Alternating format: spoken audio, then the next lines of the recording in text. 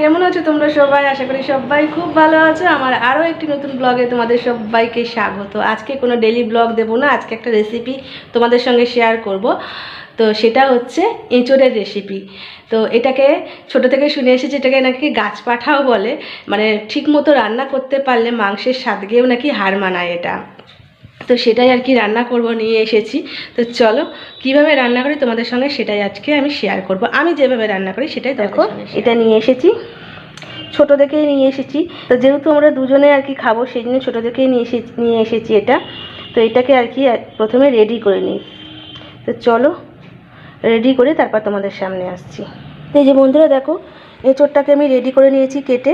আর ঠিক এরকম টুকরো টুকরো করে আর কি কেটেছি, ছোটো ছোটো করে টুকরো করেছি। অনেকে একটু বড় বড় করেও টুকরো করে, তো আমি ছোটো ছোটো করে টুকরো করেছি।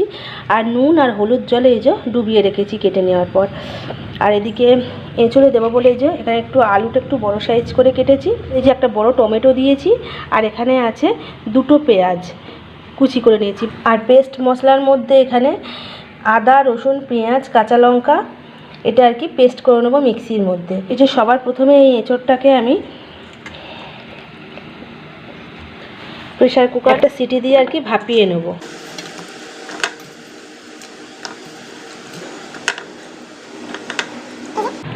আর এই নুন আর হলুদ জলে ডুবিয়ে রাখলে না, এই আর কি পাত্রটার মধ্যে কোনো আঠা লেগে যায় না। তো সেই জন্য আমি নুন আর হলুদ জলে এইভাবে ডুবিয়ে রেখেছিলাম। তো এই জলটা ফেলে দেবো। আর এই এঁচোড়ের সাথে এই আলুগুলো দিয়ে দেবো। এঁচোড় আর আলু একসাথে একটা সিটি দিয়ে নিয়ে সেদ্ধ করে নেব। তো এই যে দেখো বন্ধুরা, জল দিয়ে নিয়েছি একটু পরিমাণ মতো আর কি, দিয়ে নিয়ে এটা বসিয়ে দিলাম গ্যাসেতে। এবার প্রেশার কুকারের ঢাকনাটা দিয়ে দেব। তো এই যে বন্ধুরা দেখো, একটা সিটি পড়ে গেল, এবার আর কি বন্ধ করে দেবো। তো এই যে বন্ধ করে দিলাম। আর এই প্রেসার কুকার বসিয়ে নিয়ে আমি দেখো মশলাটাও করে নিয়েছি। এখানে আদা, রসুন, পেঁয়াজ, কাঁচা লঙ্কা বাটাটা, আলু আর এদিকে এঁচোড় সেদ্ধ হয়ে গেছে। এটাকে আমি ছেঁকে নেব। এটার মধ্যে জলটা ছেঁকে নিচ্ছি। এটা আর একবার ঠান্ডা জল দিয়ে ধুতে হবে, বিরাট গরম। এই যে বন্ধুরা দেখো, আমি ঠান্ডা জল এটা ধুয়ে নিয়ে চলে এসেছি। আর কড়াইও বসিয়ে দিয়েছি, কড়াইয়ে দিয়ে দিয়েছি তেল পরিমাণ অনুযায়ী। তোমরা চাইলে কম বেশি দিতে পারো। তো প্রথমে আমি এই সেদ্ধ আলুগুলোকে একটু সামান্য লাল লাল করে ভেজে নেব। আলুগুলো দিয়ে দিয়েছি, সেদ্ধ আলুগুলো এটা একটু সামান্য লাল লাল করে ভাজবো। আর ফোড়নের জন্য আমি ব্যবহার করব হচ্ছে এই একটা তেজপাতা আর এই শুকনো লঙ্কা আর একটু গোটা জিরে। আমি গোটা গরম মশলা ব্যবহার করব। আমার বর খেতে খোঁজে না, মুখে আর কি গোটা গোটাগুলো যদি পড়ে সেই জন্য ও খেতে খোঁজে না। তো গোটা গরম মশলা আমি ব্যবহার করব না, গুঁড়ো গরম মশলা দেবো রান্নার শেষে। তো এই যে এবার আলুগুলোকে তুলে নেব। খুব বেশি লাল করিনি, ঠিক এইরকম আর কি একটু অল্প ভেজে নিলাম।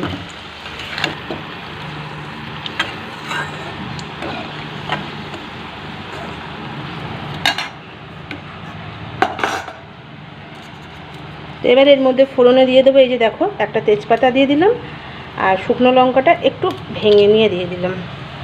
আর দেবো গোটা জিরে। এই যে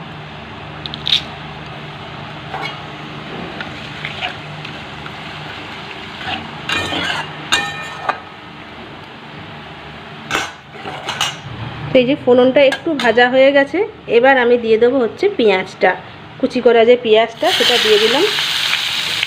আর তার সাথে টমেটোটাও দিয়ে দেবো। দুটোকেই একটু নুন দিয়ে মুড়িয়ে ভালো করে ভেজে নেব। তো এবার পরিমাণ মতো নুন দিয়ে দেবো। আমি একেবারেই নুনটা দিচ্ছি। তো এই যে নুন দিয়ে দিলাম। আর দিয়ে দেবো হচ্ছে হলুদ। হলুদটাও আমি একেবারে দিয়ে দিচ্ছি। হলুদ যেহেতু একটু আগে আর কি তেলে দিয়ে নিয়ে আলুটা ভেজেছি, সেই জন্য হলুদটা একটু কমেই দিলাম, ওই হাফ চামচ মতো দিলাম। তো এই দুটোকে একটু ভালো করে এবার ভেজে নেব।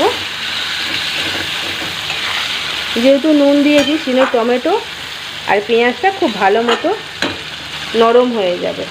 তো চলো এটা নরম হোক, তারপরে এই যে বন্ধুরা দেখো, আমার পেঁয়াজ আর টমেটো ভালো মতো মজে গেছে।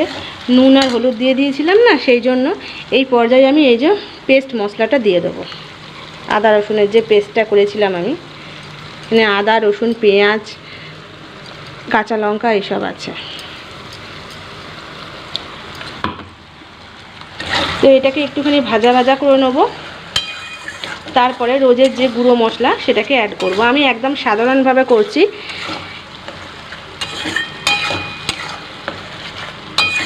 তো এঁচোড়ের অনেক রকম রান্না হয়, যেমন এঁচোড়ের কালিয়া হয়, তারপরে এঁচোড়ের দম হয়, এঁচোড়ের কোফতা হয়, অনেক রকম রান্না হয় এঁচোড়ের। তো আমি আলু দিয়ে আজকে সাধারণ একদম একটা ঝোল রান্না করব, মানে ডালনা মতো বলতে পারো। একটু মাখা মাখাও থাকবে, একটু হালকা ঝোলও থাকবে, এরকম আর কি রান্না করব। তো নিরামিষ এঁচোড়ও খেতে খুব ভালো লাগে। তো আমি আজকে আদা রসুন পেঁয়াজ দিয়েই করছি। তো চলো এটাই একটু গুঁড়ো মশলা এবার অ্যাড করব।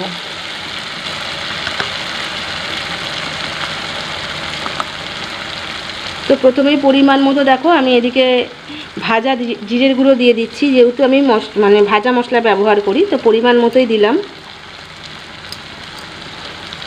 আর এদিকে ভাজা ধনে গুঁড়ো, এটাও পরিমাণ মতো দিলাম। আর যেহেতু কাঁচা লঙ্কা দিয়েছি, সেই জন্য লঙ্কা গুঁড়িটা খুবই অল্প দেবো, নাহলে খুব ঝাল হয়ে যাবে। তোমরা তোমাদের ঝালের পরিমাণ অনুযায়ী লঙ্কা গুঁড়িটা দেবে। আর হলুদ দেবো না, হলুদ তো আগেই দিয়েছি। আর দেবো অল্প একটু মিষ্টি। এতে নুন আর চিনির ব্যালেন্সটা খুব সুন্দর আসে, আর তরকারিটায় স্বাদ আসে। তো আমি পরিমাণ মতোই আর কি চিনি দিলাম। তোমরা চাইলে এটা স্কিপও করতে পারো চিনিটা। এবার এগুলোকে খুব ভালো করে কষবো, একটু ভালো করে কষবো। যখন তেলটা আর কি ছেড়ে দেবে, তখন এঁচোড় আর আলু দিয়ে আবার ভালো করে একটু জল দিয়ে দিয়ে কষবো। আর এঁচোড়টা ঠিক আমি দেখো এইরকম সিদ্ধ করেছি, মানে খুব একদম নরমও করে ফেলিনি আর খুব শক্তও নেই। এই যে তো এই যে বন্ধুরা দেখো আমার মশলাটা ভাজা ভাজা হয়ে গেছে, সাইড দিয়ে যে তেলগুলো ছেড়ে এসেছে। এই পর্যায়ে আমি দিয়ে দেবো এখানে আলু আর এঁচোড়টা।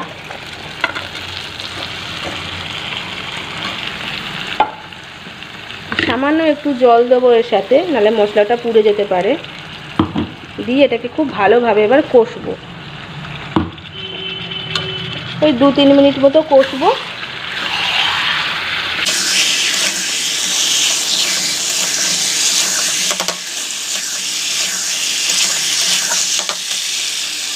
আমার কষা হয়ে গেছে, এবার দিয়ে দেবো হচ্ছে জল ঝোলের জন্য।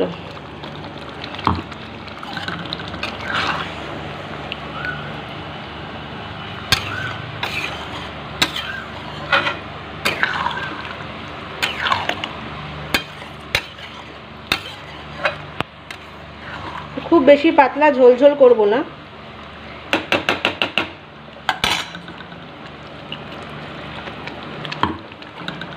এরকমই থাকবে। তো চলো এটা হোক, নামানোর আগে শুধু একটু গরম মশলা দিয়ে নামিয়ে নেব। তোমাদের একেবারে নামিয়ে নিয়ে তারপরে আমি দেখাচ্ছি। যে বন্ধুরা দেখো নামিয়ে নিয়েছি আমি এঁচোড়টা। তো কীরকম হয়েছে তোমরা অবশ্যই বলো দেখতে। আমি বানালে এইভাবেই বানাই, আলু দিয়ে আর এঁচোড় দিয়ে। তো এর মধ্যে চিংড়ি মাছ পড়লে আরও খেতে ভালো লাগতো, বা খাসির মাংসের চর্বি পড়লেও খেতে খুব ভালো লাগতো। তো আজকে দুটোর মধ্যে কোনোটা দিয়েই আমি করিনি, শুধু আলু দিয়ে প্লেন আর কি আদা রসুন পেঁয়াজ দিয়ে করেছি, মাংসর মতন করে রান্না। তো খেতে খুব স্বাদ হয়, তোমরা পারলে কখনো এইভাবে রান্না করে খেয়ে দেখো, তো খুব ভালো লাগে। তো আমি গরম মশলা দিয়ে নিয়েছি, দিয়ে নিয়ে তারপরে এই যে বাটিতে নামিয়ে নিয়েছি। তো দেখতেই পেলে আমি এঁচোড় রান্না করলে এইভাবেই রান্না করি। তো তোমরা কীভাবে রান্না করো অবশ্যই আমাকে কমেন্টে জানিও। আর ভালো লাগলে অবশ্যই একটা লাইক কমেন্ট শেয়ার করে দিও, আর আমার চ্যানেলটা সাবস্ক্রাইব করে আমার পাশে থেকো। তো আজকে এই পর্যন্তই, সবাই খুব ভালো থেকো, সবাইকে টাটা।